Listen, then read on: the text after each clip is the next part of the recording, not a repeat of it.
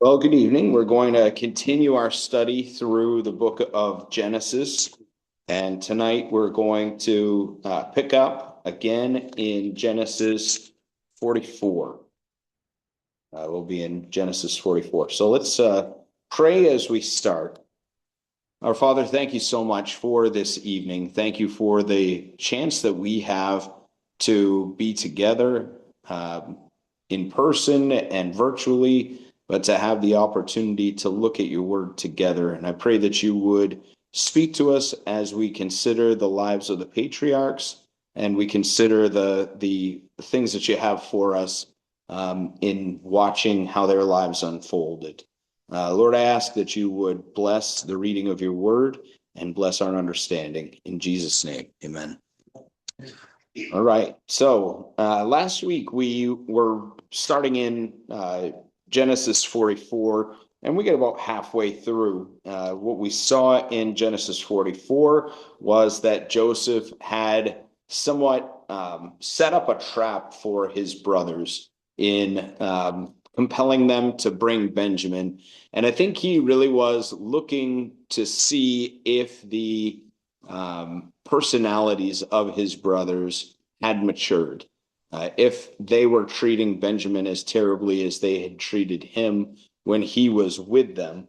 And so he kind of sets this whole thing up where he has the steward of his house plant his own drinking, like silver drinking goblet in Benjamin's sack of grain, as if Benjamin had stolen it and was making his way out of the land of Egypt back into Canaan. And he told his steward to go chase him down and then say, "Oh, who stole this?" And of course, I have supernatural understanding. Don't you think somebody as great as me? Like, why would you be surprised at that? And the brothers swore up and down, no, none of us have your silver glass, your silver cup, I should say. And so whoever it is that if you do find it, and we are so confident you will not find it, which is kind of interesting given the fact that they were unaware of the fact that he had planted all of their money from the first time they had come to Egypt to buy grain. And they didn't learn from that one. They were just like, okay, well, it seems they depart from the land of Egypt. Now, I guess, the kind of the things, especially Simeon had been through up to this point. Maybe they just want to get out of Dodge. Maybe they're just like, get us out of here. This has been kind of a rough go of things. But nevertheless, they don't apparently check the sacks of grain that Joseph provides to them. And they don't discover that he's once again put the money in the mouth of the sacks. And with Benjamin, he put the silver cup. And so he has this steward go and pursue them after they had gone a ways and kind of says, Joseph, Zaphnath Paneah at this point, he's pretty upset about this. And whoever it is that has this, he's going to take him as a slave. And they just say, no, absolutely not. No way. That's not possible. We're so confident that nobody has taken this silver cup that you could kill whoever you find with the cup, and the rest of us will become your slaves. It's kind of one of those methinks thou doth protest too much, a little bit. Like you don't need to be that zealous in denying if you really are innocent. You know, no, I'm so serious. I'm so serious that I'm willing to put our lives on the line. Um, and so obviously they find the cup in Benjamin's sack, and I think this is a test that Joseph is setting up again. The steward says, "No, no, we don't need anybody else dying, or you got the rest of you as slaves. It's going to be fine just to have the one." And I think he wanted to see, would the older brothers turn tail and run and then make up a story a la when he was sold into slavery about 20 years before this, or are they going to actually, like show that they have made a change? So we'll start in verse 16. After they have been found, we looked actually at verse 14 and saw that it said, so Judah and his brothers came to Joseph's house. And the fact that that was significant because the oldest obviously is Reuben, and then even if Reuben is disqualified because of his conduct with Bilhah, the next oldest would be Simeon. With any of Levi, Judah is like fourth in line. So it really doesn't make sense that he's the one that would rise to the top in this, or he would become a leader in this situation. The only real reason that that might be is because he's the one who put his neck on the line with Jacob and said, remember, Reuben had said, oh, if anything happens to Benjamin, then you could kill my kids. What? No one wants to kill their grandkids, like for that. So he says, you can kill my, and Jacob's like, absolutely not. But Judah says, if anything happens, then I'll bear the blame forever. I will guarantee myself, my name, any blessing or possibility of blessing in my life to try to ensure that he gets back safely. And that's enough for Jacob, that and the dire straits that they're in, to compel Jacob to release Benjamin to Judah's care. So it says in 14, Judah and his brothers came to Joseph's house. So Judah is taking the lead here. And again, we were talking about it last week. It's no wonder that the Lord chose to bring the Messiah through the line of Judah, because you see kind of the way that he is separating himself. Not a perfect man, obviously. We see his fair share of problems in previous chapters, but here he's starting to step up and he's starting to intercede, put his life for someone else's life. So Judah and his brothers came to Joseph's house, and he was still there, and they fell before him on the ground. And Joseph said to them, what deed is this you have done? Did you not know that such a man as I can certainly practice divination? Then Judah said, what shall we say to my lord? What shall we speak? Or how shall we clear ourselves? God has found out the iniquity of your servants. Here we are, my lord's slaves, both we and he also with whom the cup was found. So Judah, in speaking as the spokesman for the patriarchs here, he says, I have no defense whatsoever. We are sinful men anyway, and even if this wasn't our fault, our sins have finally caught up to us. It is a universal truth that whatever man sows, that will he also reap. So whether there are things that you are doing, that are in service to the Lord, there is a time of reaping that we believe is going to come.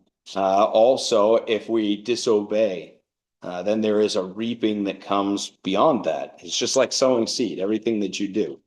And it's according to God's plan and God's sovereignty, the laws of, cause and effect that he put into place on the earth. And yet Judah says, you know what, we're not great people, and I'm not trying to convince you that we are, but all of us are going to become slaves to you. And then Joseph, or as he would be known to them at this point, Zaphnath-Paneah, but he said, far be it from me that I should do so. The man in whose hand the cup was found, he shall be my slave. And as for you, go up in peace to your father. Like, obviously, there's a bad apple in every bunch. So it's going to be this youngest one. And, here's their out for all the rest of them. Can they then turn and say, yeah, he always was terrible. And that's the way they would have treated Joseph. back when he was 17. So he has contrived this situation to perfectly reveal the hearts of his brethren. He's acting as though, even though he's completely set them up, he is acting as though he's going to be magnanimous. I'm not going to punish you for something that your kid brother did. So, like all the blame should fall on him, all the consequence should fall on him. All the rest of you just go in peace, live your life and have a good time. What he may have thought about for kind of after this, if his brother's hearts hadn't changed, perhaps he thinks if Benjamin is having such a rough time as I did with these brothers, he'll at least be able to live in the lap of luxury going forward. Nevertheless, so this is a test that if they come through and they do show that they have changed, this is a good thing. But if they show that they have not changed, this is at least going to be, in his mind, probably a good thing for Benjamin. Jacob will have lost his youngest son, but at least Benjamin will be out of that. And so the deception is what it is, and they think this is a completely serious circumstance. And Judah came near to him and said, "O my Lord, please let your servant speak a word in my Lord's hearing, and do not let your anger burn against your servant, for you are even like Pharaoh."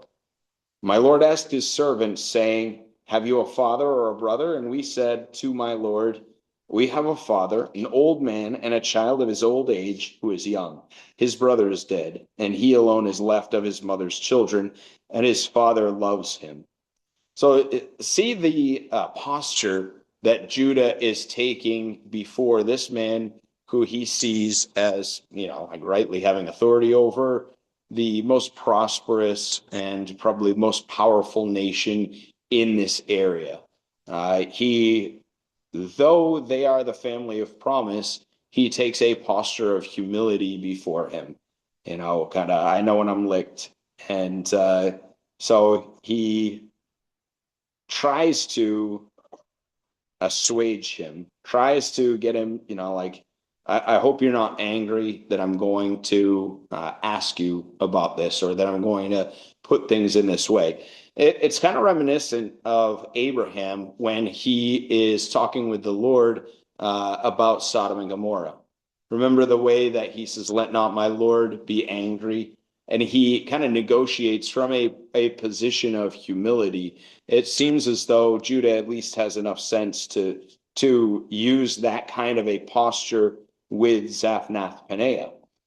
However, one of the things that's interesting is that here, remember previously, it was clear to all the brothers how much their father loved Joseph and loved Joseph more than the rest of them. And they were bitter about that. That was something that they held against Joseph. Note here in the end of 20 that Judah says, "We have a father, an old man, and a child of his old age who is young. His brother is dead, and he alone is left of his mother's children, and his father loves him." It's clear that Jacob treats Benjamin differently than all the rest of them, and now they've come to terms with that. Now it seems as though there is an acceptance of that, probably tempered by their actions against Joseph all those years before. Undoubtedly, they would have a guilty conscience for setting their brother up and selling him off into slavery to God knows what. And so they see how devastated their father was at his loss. And I think maybe that softened them for the sake of their father toward their youngest brother. Then you said to your servants, "Bring him down to me, that I may set my eyes on him." And we said to my Lord, "The lad cannot leave his father, for if he should leave his father would die." But you said to your servants, "Unless your youngest brother comes down with you, you shall see my face no more." So it was, when we went up to your servant, my father, that we told him the words of my Lord. And our father said, go back and buy us a little food. But we said, we cannot go down. If our youngest brother is with us, then we will go down.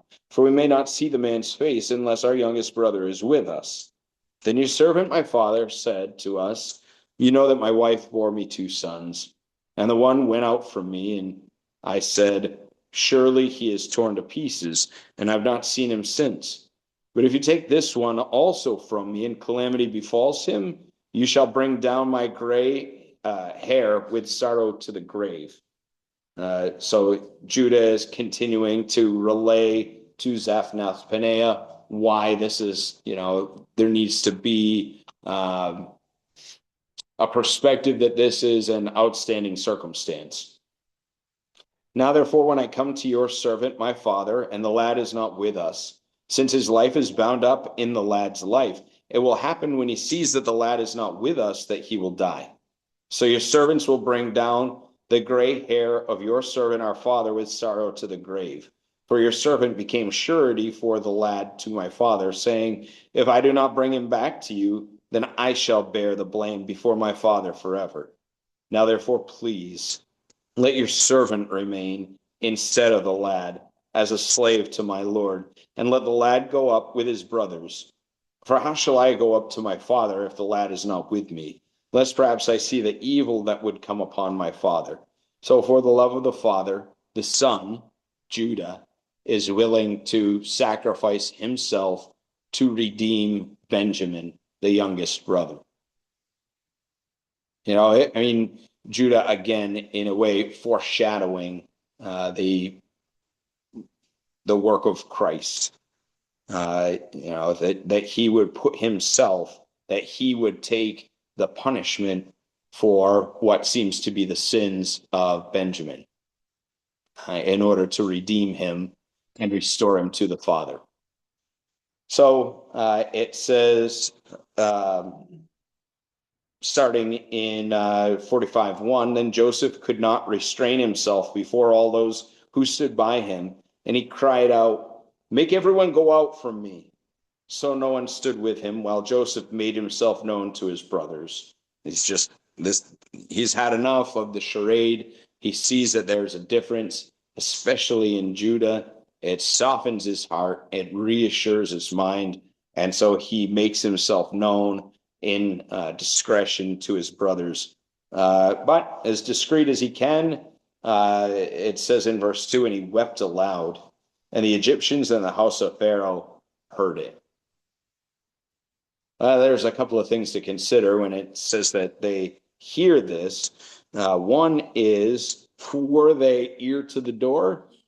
With like the glass? Oh, gosh, what's going on in there? That's kind of crazy. These, a ragtag bunch from Canaan come in and he wants us all out of there. Maybe it's, the guards are like, we need to make sure this guy's secure because I don't trust these guys stealing silver cups and money and things like that. Or maybe it's just that Joseph is so overwhelmed with emotion. You've seen he's kind of an emotional guy.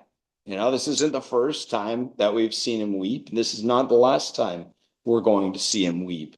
And just overcome with emotion at his brothers and the fact that there is a reunification that's happening. He weeps.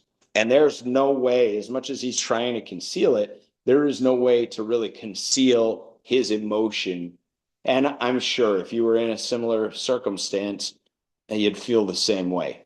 If after 20 years you had been isolated from your family, and now finally you have the opportunity to especially reunite as you are with your much longed for younger brother, and then seemingly with your older brothers who've had a change of heart and a change of lifestyle, you too might be completely overwhelmed. Who knows, the gamut of emotions that's causing him to weep with such fervor? Is it just the pain of loss and the joy at being reunited? Is it considering just the 17 years that he had with them and finally wrestling with and putting to bed the bitterness that possibly he had toward his brothers?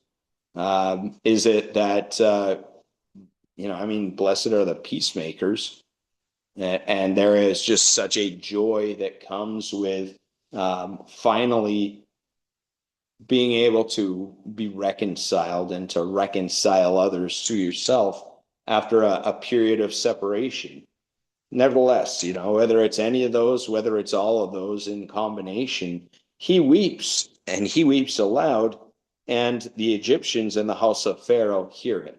He's a man in a position of great dignity, and yet he's willing to be undignified, even in the face of all of the other people and whatever it is that they might think.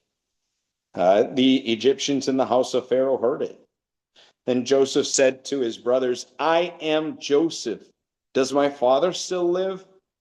But his brothers could not answer him, for they were dismayed in his presence.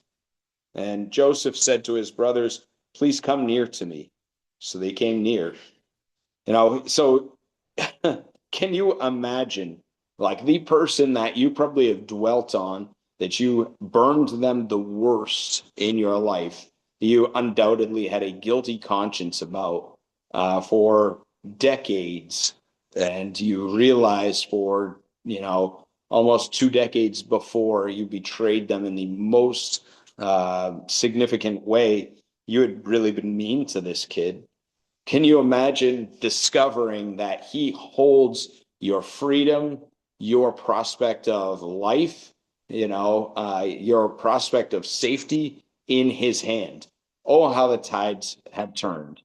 And here he is standing with supremacy over them. The dreams that he had as a youth have been completely fulfilled. And here they are, and they don't know how to take it that he's saying, ta-da! The big reveal, I'm Joseph. Remember that guy that you burned so badly? I'm that guy. That guy that you realize there's no way, like, if you want to imprison me, it's all right because I've done bad things in my life. I'm the guy you did bad things to. That's essentially, as much as in the previous chapter, they're kind of submitting themselves with that knowledge of, yeah, I've done bad things in my life, so this is right. If I find myself in slavery to you, Zaphnath Paneah, now to realize I have put myself into the hands not just of Zaphnath Paneah, but I put myself into the hands of Joseph, the one who knows intimately how wrong I have been, how much I have sinned, and how is he going to treat me? Was this all an act? And he said, I am Joseph, your brother. So he's asking about, initially, I'm Joseph, does my father still live? Now he says, I'm Joseph, your brother. And he kind of brings up, we have relationship here. He doesn't say I'm Zaphnath Paneah, the one who holds your life in my hands. He doesn't say I'm Joseph, the one who can squash you like a bug. He says, I'm Joseph, your brother. Can you imagine the work of grace that has to be worked in a heart and in a mind in order to confront the very people who have wronged you in the lowest way that anyone ever could, and to look them straight in the eye after all those years and let the bitterness melt away and say, I am Joseph, your brother. And he doesn't like varnish over what happened. He's not like, well, we'll just let bygones be bygones. The very next line, whom you sold into Egypt. Like, we all know what happened. And I'm saying, this is what happened. Yeah, you did wrong me terribly. You sold me into Egypt. But now, these are the words of grace. You have wronged me terribly, but now. I'm not just forgive, forget, put it aside. Well, it wasn't that big of a deal. No, it really was that big of a deal. to be sold into slavery, to be set up by your brothers when you're just going to do the will of your father, checking up on them. That was a big deal. But now, though, supersedes. Yeah, that all those things are real and all those things are terrible, but now. But now, do not therefore be grieved or angry with yourselves because you sold me here. Interesting. Again, Joseph's perspective, his thought is not self-focused. It's not self-centered. It's focused on them. You know, like you've had such anguish of heart and mind, undoubtedly, and you're betraying that in the way that you're responding to my revealing. But I'm your brother, and yep, you did terrible things. But now I don't want you to be grieved or angry with yourselves because you sold me here for God. And that's the thing. God sent me. As much as you had a hand in doing it and it was terrible and you betrayed me and that shouldn't have happened, but I can see now how God was working things together according to his will. Joseph realized God's plan for his hardship. Obviously, the obvious place to go from here is to the book of Romans and looking particularly at Romans 8, 28, 29. And then we'll move over to Romans 9, verse 20. So Romans 8:28, a very famous verse that is a consolation for all of us who name the name of Christ and approach by faith. And we know that all things work together for good to those who love God, to those who are the called according to his purpose. For whom he foreknew, he also predestined to be conformed to the image of his Son, that he might be the firstborn among many brethren. And in this, we see that the Lord had used his brothers to send him on ahead. 20 years in the past, he sends him on ahead for his own purpose. And Joseph has that realization and that understanding now. We would have been in an impossible position if the Lord hadn't sent me along ahead of time. Not only us, but the entire nation of Egypt, all the nations surrounding Egypt because of this famine. So I didn't like it for those 20 years. I didn't like it when I was in prison, but I can see how God did it to work something that was bigger than me and bigger than just my story, bigger than just my comfort. Whom he foreknew, he also predestined to be conformed to the image of his Son. So that's kind of the way that it works. If you're in relationship with God, then it is a foregone conclusion. He's going to allow things into your life to make you look more like Jesus, to make you act more like Jesus in your day-to-day life. It's predestined to be that way. He doesn't just save us and then nothing happens after that. He doesn't save us to sell us fire insurance from the fires of hell to then just go out and live our life however we choose. He saves us, and then he goes to work immediately to conform us into the image of his Son. It's always going to be that way for the Christian. The fruit of the Spirit must be borne out in the life of the believer because it can't happen any other way. Where the presence of the Spirit is, the fruit of the Spirit must follow. So whom he predestined, that he might be the firstborn among many brethren. Again, reconciling us all to the Father. Looking at chapter 9, verse 20, and you may say, or you may think, but I don't like the way that he does that sometimes. I don't want to be conformed to the image of Christ in some of the ways that he chooses.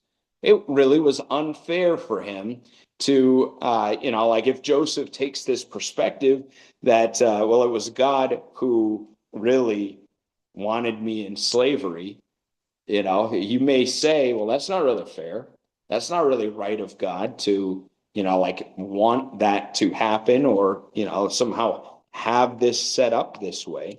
Looking at Romans 9, verse 20, he says, but indeed, O man, who are you to reply against God? Will the thing formed say to him who formed it, why have you made me like this?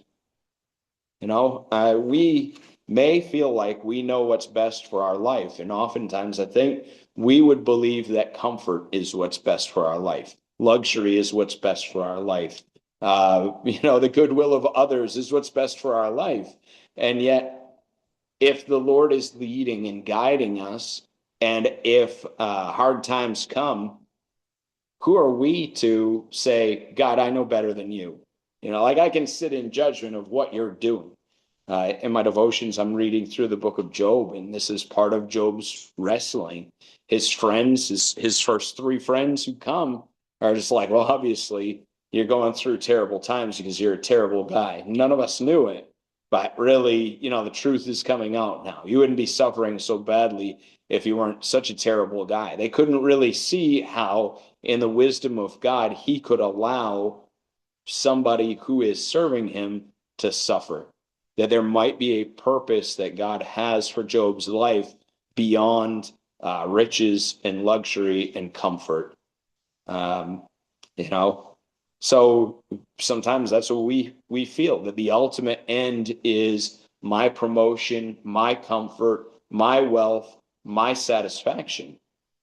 But remember, we are not the main character in our story, the story of our life. God is. This life is not, to promote ourselves or somehow to feel like I'm vindicated through the different things that I go through in life. And somehow, I turn out to be the hero in this epic. This is not some Odysseus, who finally returns home after such a long struggle, fights a little bit more, and then everybody's like, wow, what a great guy. The purpose of our entire life is so that people will look at God and say, what a great God. What an incredible, I didn't know that about him. Whether it's, I didn't know that he could give somebody strength to weather those kinds of storms. Whether it's, boy, that was so skillful, the way that he used the jealousy of Joseph's brothers to get him thrown into a pit because they wanted to kill him. But God sovereignly worked it out so that they were a little more shrewd than just to kill their brother. And they're like, hey, we can make some money off of this, and let's just sell him into slavery. God, knowing all the steps all the way, to get him into, Potiphar's house, to have him unjustly accused and thrown in prison like a guilty criminal, and then to have to stay there for a while, and then, to be used to interpret these two dreams, only to be forgotten for 2 years. And then finally, after all that time, like the Lord, through all the twists and turns, through all of the adversity of Joseph's life, was working his own will. And we can look back at Joseph's life and we can say, that's amazing, that's incredible. But we need to also, when we're doing this, according to what the word says, these things were written for our admonition. So we need to sometimes take stock of the twists and turns, the ups and downs, the thick and thin of our own life, and realize God is doing something here that may be bigger than what I realize. I may be, like suffering these years of isolation, like Joseph in the prison, because he intends something greater than I ever could have drawn up. If Joseph would have gone to Egypt as a 17-year-old, cocksure, knock on the door. Hey, Pharaoh, you don't know this yet, but I'm the best thing that ever happened to you. Would Pharaoh have responded to that? Probably much the same as Joseph's brothers. But it took knocking him down several pegs in order for him to be at the point where he could be used as the second in command in Egypt. Imagine if he was still that 17-year-old Joseph, not worn down the way that he was by the adversity that he suffered. And now he's put in a position where he can take vengeance on his brothers. The Lord had to work that out of him through all those years. The Lord had to refine his own heart and work forgiveness in him through the things that he suffered before he was ready, not only to step into authority in the nation of Egypt, but also before he was able to face his brothers again and to offer them this kind of forgiveness. And not only a forgiveness, but also the ability to see things from their perspective and to see how their sin was eating them up, was consuming them, and to then be able to say, hey, I I don't want you to be grieved or angry with yourselves. I have every right to be grieved and angry, and I'm not going to be. So I don't want you to be grieved and angry either. You don't have the liberty anymore. I'm setting you free from that. What an incredible thing. God sent me before you to preserve life, not just to preserve his own life, not just to preserve Egypt's life, but to preserve the life of the chosen family. The one that was going to bring about, the one to whom all of God's promises were given. And this is really an example of the superabundant grace of God, because in taking care of the nation of Israel, he provided grace for the nation of Egypt as well. And I think it's still that same way. Christ was born of the lineage of David. We just got done with the Christmas season, and we've revisited the lineage of Christ. But all the promises were made to Israel, and they weren't made to us as Gentiles. And yet God's grace is superabundant in Christ so that even we can be saved. Peter said that the Jews, could be saved in the same manner as us, the Gentiles. But really, we, the Gentiles, have the opportunity to be saved because of the promises that were made to Israel, to that nation, to that people. Even though they still haven't received their Messiah, even though by and large they still are not walking in the promises that God made to them. There's no redemption outside of Christ, and yet God still has chosen them as a distinct people group. He chose them to preserve the revelation that he unfolded through the prophets, that he had unfolded through Moses, and he still has something left for them, according to Paul's writing in Romans 9 through 11. He's not done with that nation yet, though they're not walking in it. Anyway, and God sent me before you to preserve a posterity for you in the earth. That was the whole purpose of saving Egypt, was to save Israel. The whole thing, the whole point of it all, the whole point of his going through all of that was just to deliver the people that God had made a covenant to, and to save your lives by a great deliverance. So now it was not you who sent me here, but God. Oftentimes we wish we would know as we're entering into a season of hardship. Okay, take it easy. God's sending you through something really difficult. Because if you realize when you're going into something really difficult, I may feel like somebody else is a catalyst to this, but really it's God. I can bear it better if I know that God's calling me into a season of strife, into a season of hardship. But man, if I feel like other people have put me into it and I can't see that God is going to work through those things, boy, doesn't that make it harder. This enemy somehow has overcome me and overcome God's will and promises concerning my life. No, Joseph has a perspective. It wasn't you. With all of your malice, with all of the nastiness in your heart, it really wasn't you. God used that about you. Yeah, that was there. But it was God's purpose to bring me through these circumstances, because there was something that he wanted to do on the other end of it. And he made me a father to Pharaoh. Again, how would that ever have happened any other way? It wouldn't have. The Egyptians obviously see themselves as superior to the Israelites. We're going to see that as we move forward in Genesis. As a matter of fact, shepherds are an abomination to the Egyptians.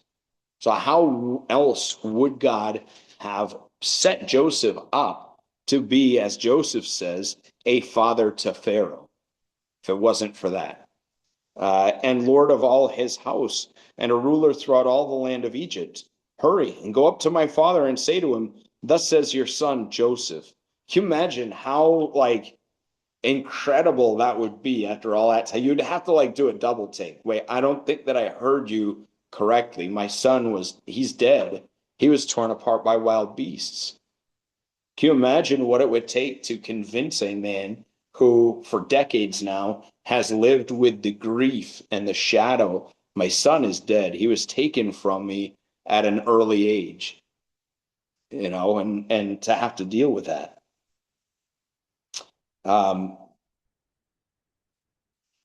It really is. And firsthand, I've had a little bit of this experience.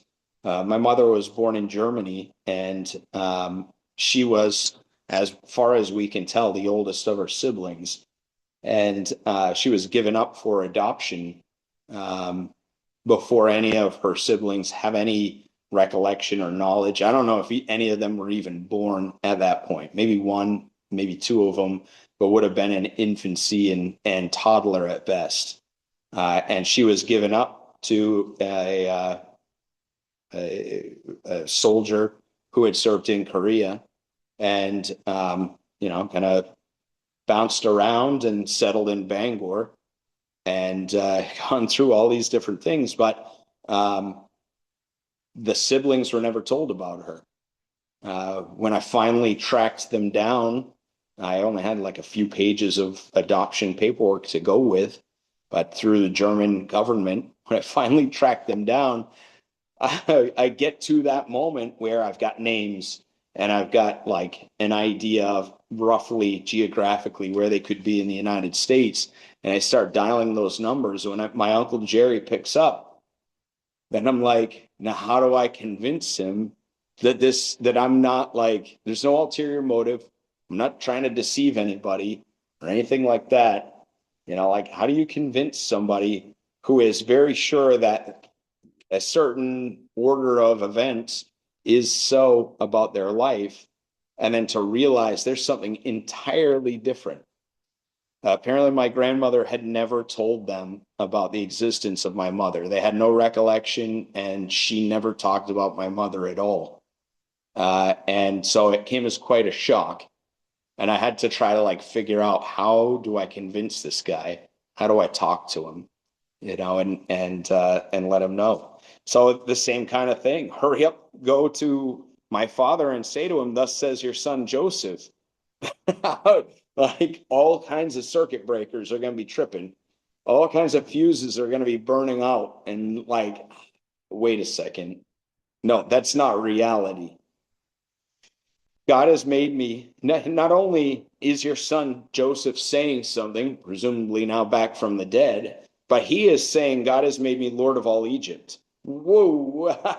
No, my son is like scattered in the wilderness by, predators.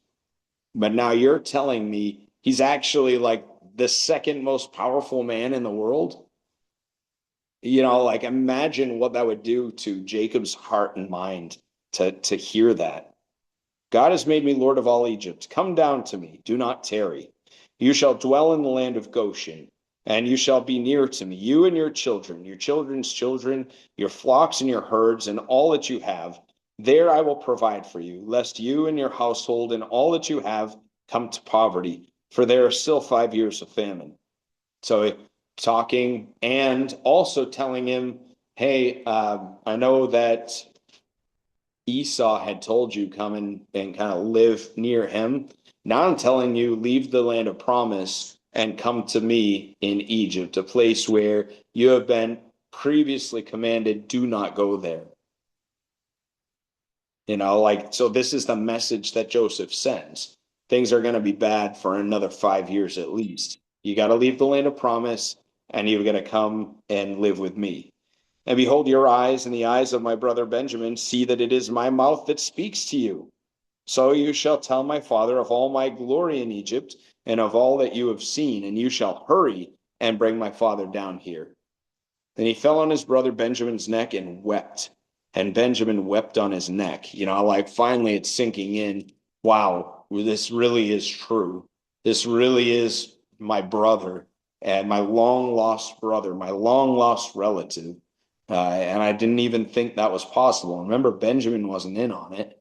And how much do you think the older brothers are copying to what they actually did, to Benjamin? If they're not telling Jacob, they're probably not telling Benjamin either.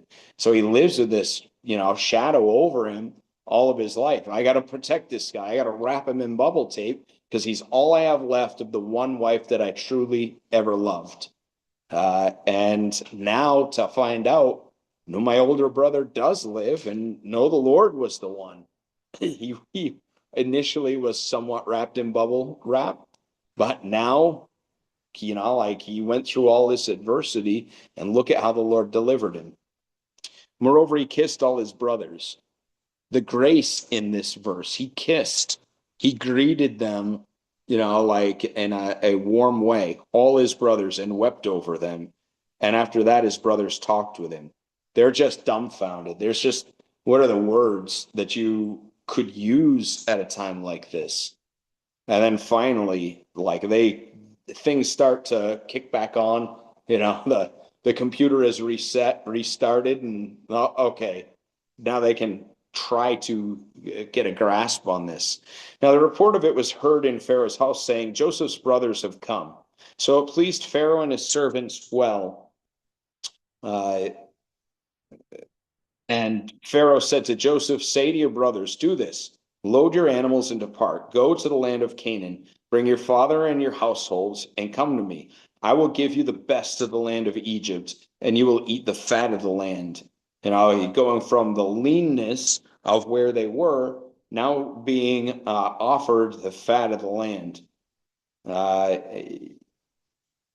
you are commanded, do this. Take carts out of the land of Egypt for your little ones and your wives. Bring your father and come. Also, do not be concerned about your goods, for the best of all the land of Egypt is yours. So Pharaoh, rightly grateful that Joseph had delivered his people and delivered him and his household as well, that there's no gift too big for you. Bring your whole family, move them all down in, and we are going to just show our gratitude in the most meaningful way that we can. We'll spare no expense for you. Then the sons of Israel did so, and Joseph gave them carts according to the command of Pharaoh, and he gave them provisions for the journey. He gave to all of them, to each man, changes of garments, but to Benjamin he gave 300 pieces of silver and 5 changes of garments. There's still this brotherly connection, this special connection between the full brothers. And he loves his youngest brother so much, and he just wants to show that. And he sent to his father these things: 10 donkeys loaded with the good things of Egypt, and 10 female donkeys loaded with grain, bread, and food for his father for the journey. So he sent his brothers away, and they departed. And he said to them, see that you do not become troubled along the way. Don't overthink this. Just come and, I'll get dear old dad and move everything back. Don't stop. Don't delay at home. Remember, they had delayed after the first purchase of grain until they had no other option. They were desperate. It's like, no, just do it. Just come. Don't be troubled along the way. Then they went up out of Egypt and came to the land of Canaan to Jacob their father, and they told him, saying, Joseph is still alive. Ta-da! And he's governor over all the land of Egypt. And Jacob's heart stood still, because he did not believe them. Interesting that the word records this. Remember, the Lord previously had said, your name is Israel. Note that here it says Jacob's heart stood still, because he did not believe them.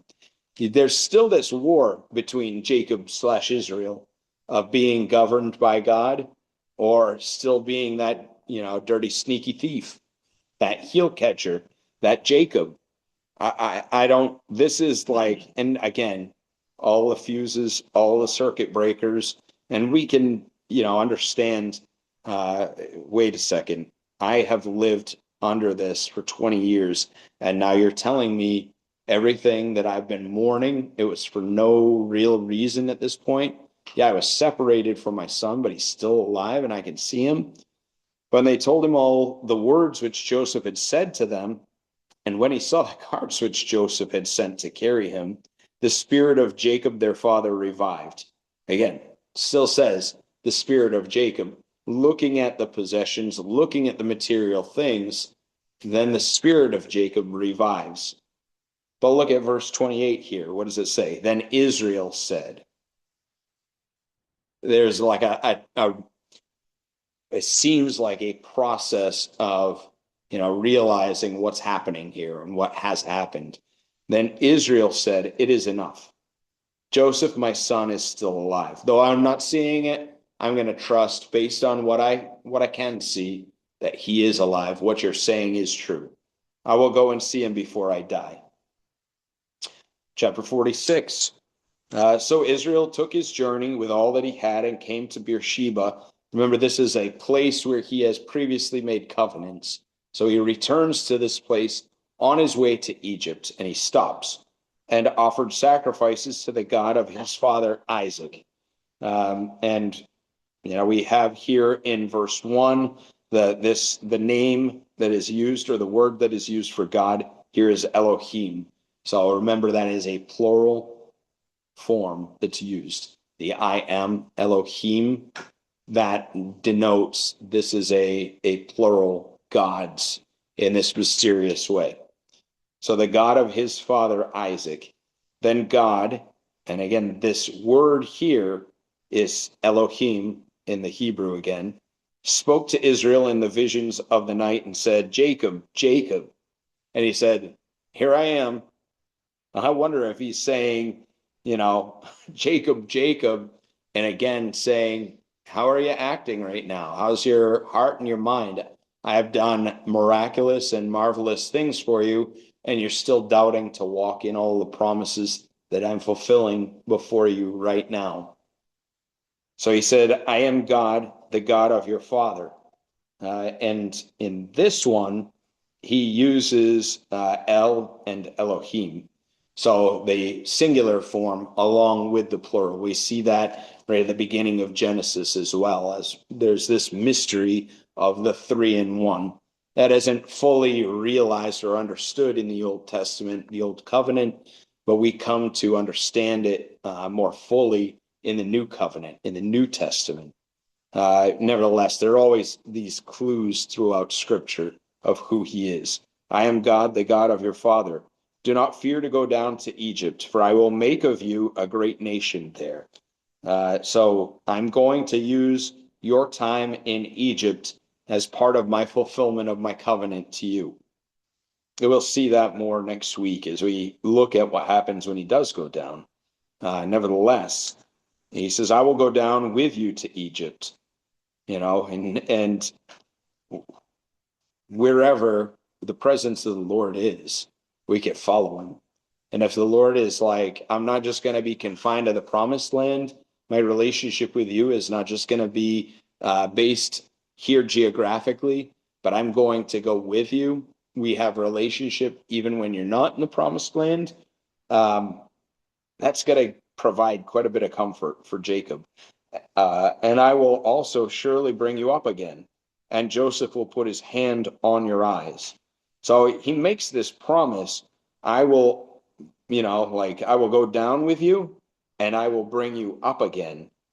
Now, for Jacob as an individual, for Israel as an individual, we know that he goes down to Egypt. He lives out the rest of his days, and then he passes away. He's embalmed, and he's brought back into the promised land to be buried in the cave with Abraham, Isaac, Sarah, Rebecca, and Leah.